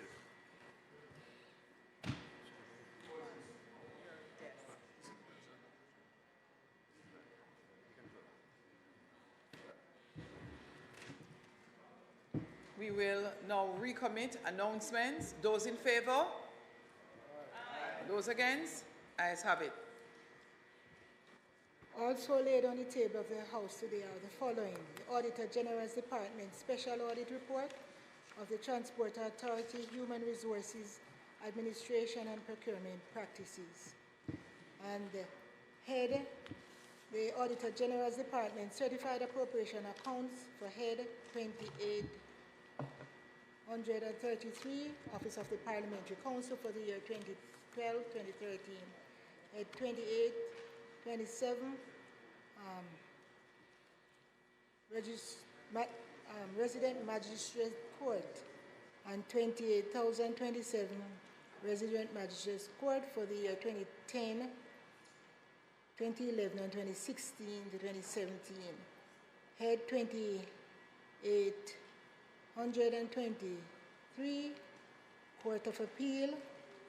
For the year 2011-2012, Head 2829, Supreme Court 2010-2011, Head 2826, Family Court for 2011-2012, and Head 28,026, Family Court 2016-2017.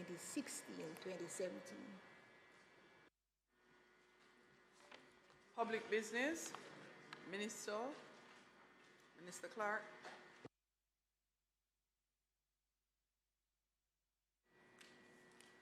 Madam Speaker, I now move for the suspension of the standing orders to enable me to take the motion, notice of which I gave earlier.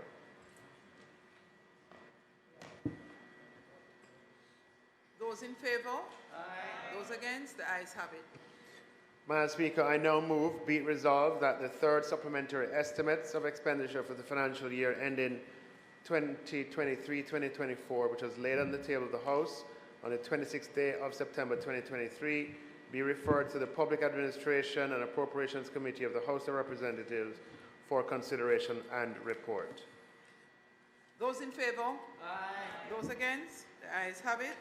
Madam Speaker, as is customary with the table of supplementary, just provide a narration of what is contained in the documents. They can be presented in this format. It can be sometimes not easy for the public to understand. So this is just a narration. The debate will ensue once the supplementary goes through the PAC. As the House is aware, the Financial Administration and Audit Act requires that within 6 months of the passage of the Appropriations Act, a fiscal policy paper is to be tabled in Parliament that provides an outturn for the fiscal year, for the prior fiscal year, the performance of the first quarter of the current financial year, projections for the current financial year, and projections for the medium term. I therefore today, Madam Speaker, table the fiscal policy paper 23-24 interim report in keeping with the requirements of the FAA Act. The House may recall that on tabling of the second supplementary estimates earlier this year, I indicated that the second year requirement under the compensation restructure for a number of ministries, departments, and agencies was still being determined, and as such, that supplementary did not address the full central government complement.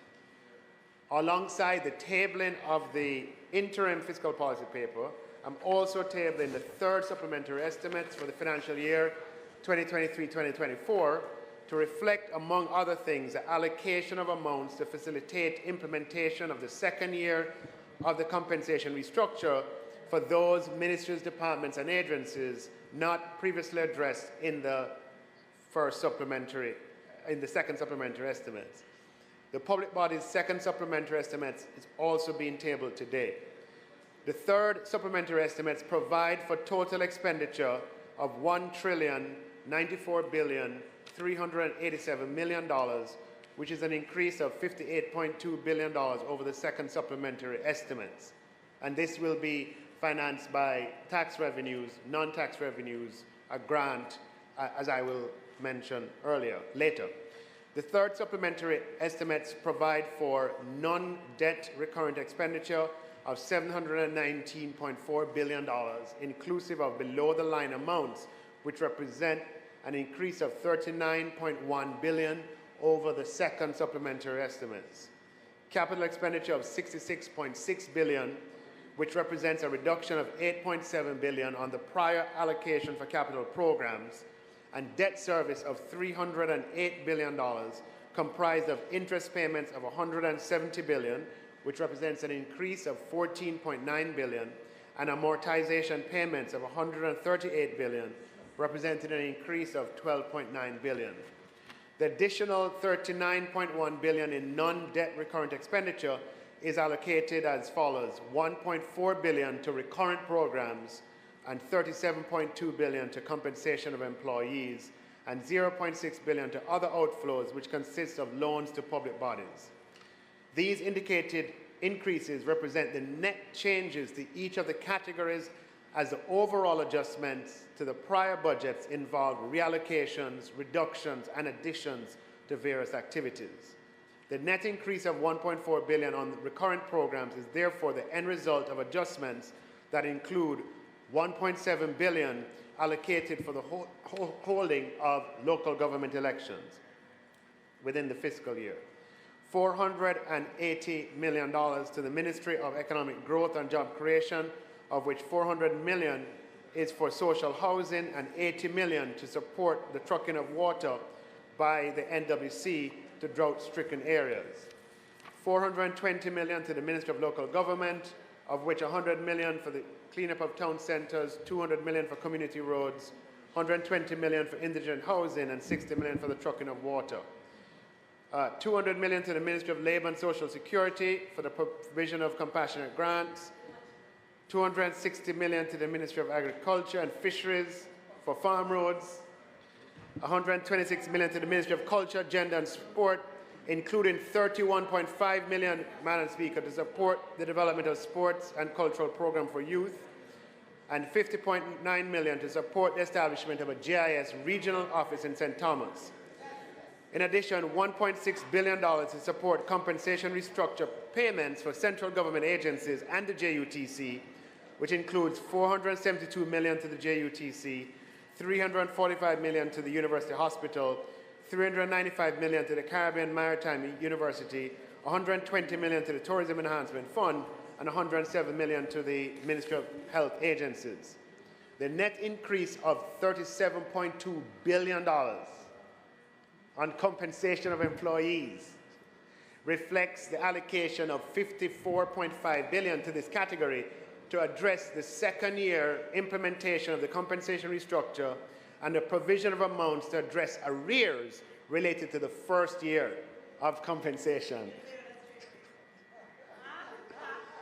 Amounts for the NCTVET and VCDI agencies that have been transferred from HART to the Ministry of Education and Youth. It should be noted that 18.1 billion of the 54.5 billion was included in the approved budget under the Ministry of Finance and the Public Service, and is therefore now being reallocated to various NDAs. On capital expenditure, Madam Speaker, the 8.7 billion reduction in CapEx primarily reflects an adjustment of 7.5 billion to the contingency provision for new capital projects that may be approved during the current fiscal year that are to commence implementation in that year. Additional reductions have been made to projects where implementation is behind schedule, and there are also reallocations within the category. Projects in receipt of reallocated amounts include the Montego Bay Perimeter Road, an increase of 930 million, and the Cornwall Regional Hospital, an increase of 806 million. The adjustments to debt service primarily reflect the impact of increases in the interest costs for external loans indexed to the secured overnight financing rate, which replaces LIBOR, and costs associated with the IMF RFI repayments, which amortize at a faster pace than other financing. Madam Speaker, the financing of the third supplementary estimates is programmed from a projected increase in revenues and grants by 43.1 billion, primarily consisting of an increase in tax revenues of 35.8 billion, non-tax revenues of 6.1 billion, and grants of $1 billion. Additional loan receipts will provide financing for the increases below the line. The public body supplementary primarily reflects the changes in respect of the self-financing entities being assisted by the central government.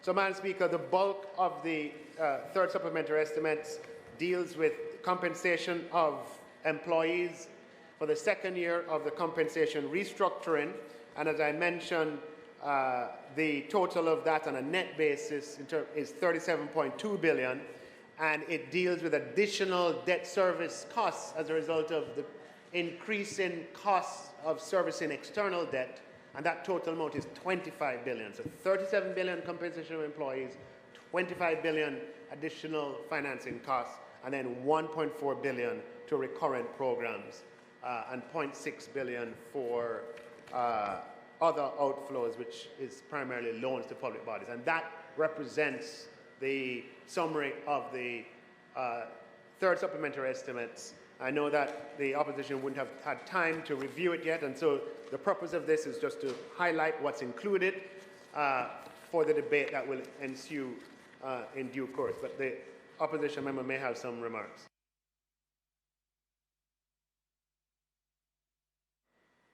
Thank you, Madam Speaker. I have a couple of questions for the Minister. In terms of the MDAs that have been addressed here,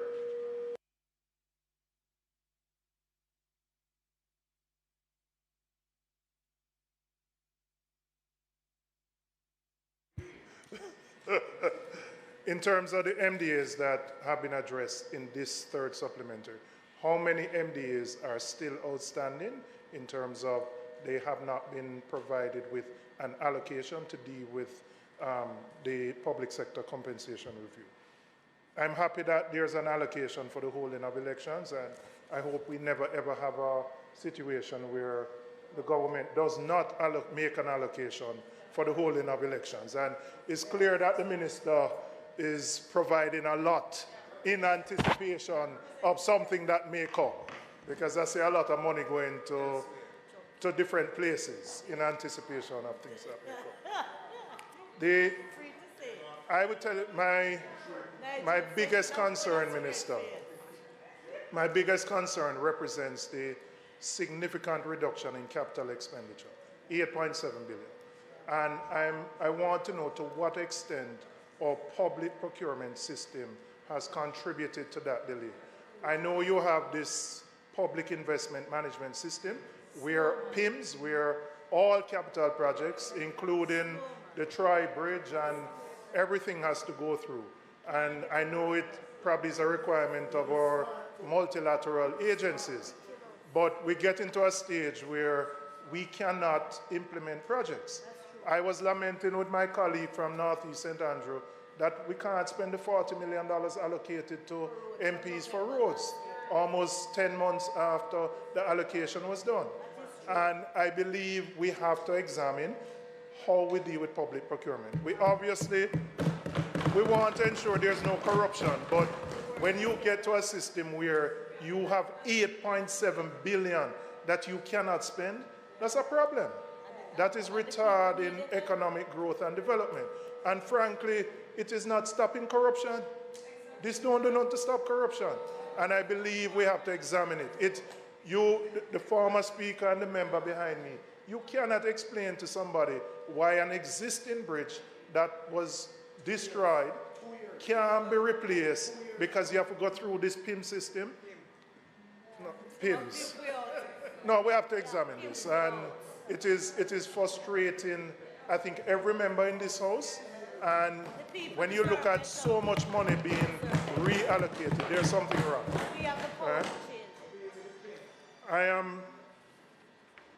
I also want to ask you, there's been much debate recently about the decision of the government not to bid on the World Cup cricket program. I notice 126 million has been allocated to the Ministry of Culture, Babs's ministry, right? Does that include 100 million to go to the development of cricket? I see 126 allocated there. And finally, in the reallocations, I see 806 million to Cornwall Regional. We look like Cornwall Region is a never-ending source of money. I don't know what the figure is, Maurice may know, in terms of how much we have spent so far. But I don't know what the end point is. We have gone billions and billions of dollars. We are adding another 806. So I'd love you to tell me what is the real budget to complete Cornwall Regional and how much over the original budget we actually are. So those are my questions.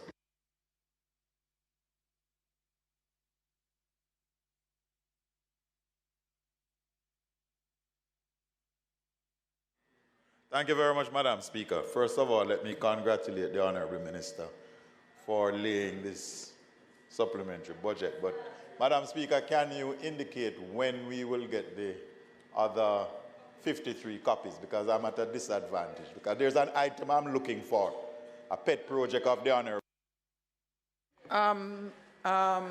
Member, may I loan you my copy in the interim? Would you be so kind?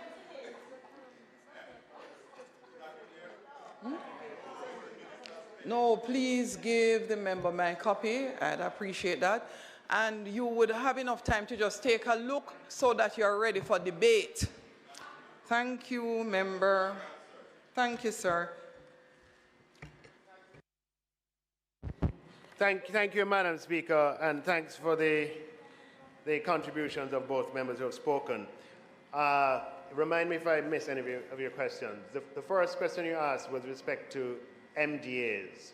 So what we have here in the budget, we have providing support to MDAs who require support from central government to complete the implementation of their compensation restructuring. It's not desirable that in the completion of the restructuring, public bodies have to depend on central government. So it's not in all cases that the completion of the implementation will require central government financing. In respect of, I'll provide you by the time the debate comes around where we are, overall. But as I mentioned to you we only have a very small number of public bodies left, and here I'm using the definition of public bodies. But we do have, a few executive agencies and a few what we call commissions that are not public bodies. If you understand what I'm saying. So if you, maybe the language you can use is government agencies to cover the entire universe. I'll provide you with an update as to where we are and how many remain outstanding when we have the debate. Was your second point about procurement? Yeah, about the, right. So, the reduction, I'm not pleased with the reduction in the capital budget. Capital budget is the discretionary part, a big part of the discretionary part of the budget, and where the government can implement.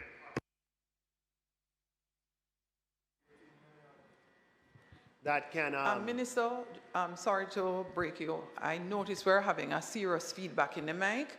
Once more than one mic is on, that feedback goes. So I think the volume is too high. It would be wonderful to adjust the volume. And in any event, I do believe you're able to adjust the volume a little bit on your own mic system there. Just turn it down a little bit and see if that improves the feedback we're having.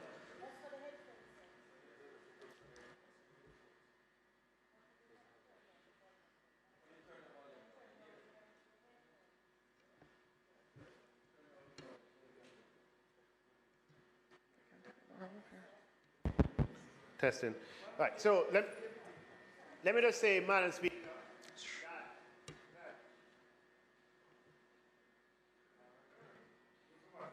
that we on this side are in absolute agreement. The reduction of capex is not desirable by any means. And we have to work on the absorption capacity of the public bureaucracy. The success that the government has had on its fiscal program and its economic reform is such that capex is increasing at a rate that is outstripping the absorptive capacity of the public bureaucracy. And I would say it's a problem, but it's a good problem to have. It's a good problem to have. Right?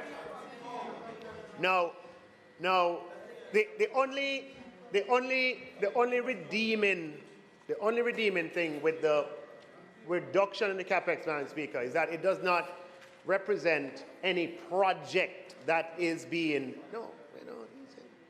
it does not represent any project that is being canned. The reduction comes from the contingency provision in the capital expenditure envelope. So the capital expenditure envelope has a number of projects, A to Z. All of those are continuing, but in addition to that, it has a contingency provision in the event that new projects come on stream. So that is where the reduction is coming from. I agree with the overall sentiment that is undesirable. However, at least it's coming from the contingency provision and not from the postponement or cancellation of any particular project. Now, absorption capacity in the public sector with respect to capital projects is linked to two primary, well, it's linked to a number of factors, two of which have been raised here. One is the public investment system, and the other is procurement. Now, the public investment system, Madam Speaker, is a system that's designed to protect the Jamaican taxpayer, to ensure that projects are properly scrutinized before they're implemented. We have taken a look at certain gaps that have been pointed out in the public investment system where, and in August of this year, adjustments were made to the financial instructions as it regards capital projects that can be deemed to be emergencies. I don't plan to, right here, give a full description of those amendments, but just to summarize, to say that some of the, at an earlier debate that we had, this matter was raised, and I gave my commitment to look at the PIMS system, and we had a look at it, and projects that would fit the description of an emergency, whether from natural disaster or a project that, if not done, could mean immediate liability for the government or other kinds of emergency, like Troy Bridge, the procedures that are required for the public investment process will be significantly scaled down, such that the time involved would be significantly reduced. I promised it, and we have delivered it, Madam Speaker. In August this year, the instructions went out to all ministries, departments, and agencies for new projects. Yes, so it's a new arrangements for emergency projects. Now, with respect to procurement, there are two sides of it. One side, Madam Speaker, is that public bureaucrats have to be much more familiar with the provisions in the Procurement Act. That there are a lot of tools that can be used depending on circumstances, and we have to redouble our efforts in training procurement officers in the use of the Procurement Act. There's a lot in there that can allow for accelerated performance of capital projects. Having said that, we continue to review the Procurement Act, and at some point not too far in the future, we plan to introduce a few amendments here that can help to make that system more efficient. However, Madam Speaker, no matter what changes we make, we have to ensure that the persons who are responsible for using the Act are familiar with it. A big part of the problem sometimes is that people go all the way down the wicket and realize that they didn't do it in the way they ought to, and so it has to be done again. And that's where, frustrating as it is, delays can come from. So I absolutely share your concern there, and the purpose is just to say that something that we're working on. With respect to Cornwall Regional Hospital, I don't have those figures for you here, member, but it's something that I would have no problem answering once I have the data in front of me. And for the $126 million allocated to the Ministry of Culture and Gender, no, 31 million is for youth sports programs, and the minister will say something about it, that she's going to, through constituencies, where you put a proposal to the Ministry of Sport about a program involving sports at the constituency level. The Ministry of Culture, Gender approves the program, and you can implement it. And I think it will be sports and culture. Sports and culture, okay?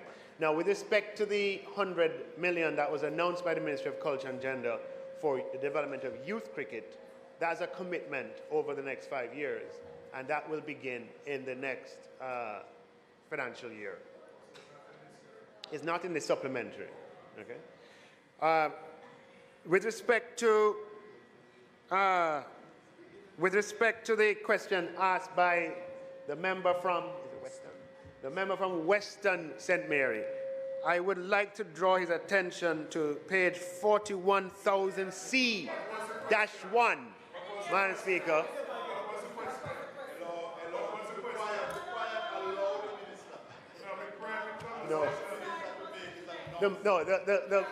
The member is eager for the Jamaica Education Project, which involves the movement of schools on shift programs to schools off of shift programs across the length and breadth of Jamaica and in Western St. Mary.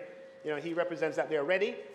And on 41,000 C1, you'll see an allocation to the Jamaica Education Project that is more than sufficient to begin the process of moving the school in question off of the shift system. And the rest now is up to the Ministry of Education to fulfill. So the allocation has been made.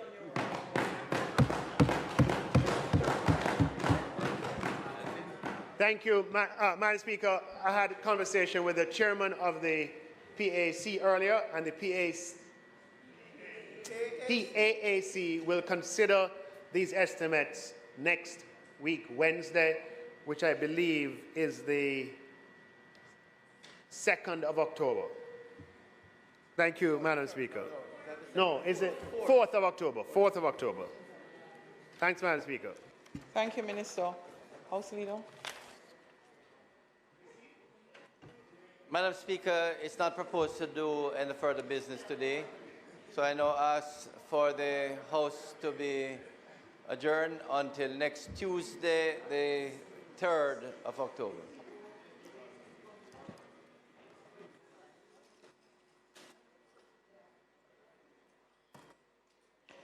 Members, the question is that the House do now adjourn for Tuesday, October 3rd at 2 p.m. sharp. Those in favor? Aye. Those against? The ayes have it. This honorable House now stands adjourned.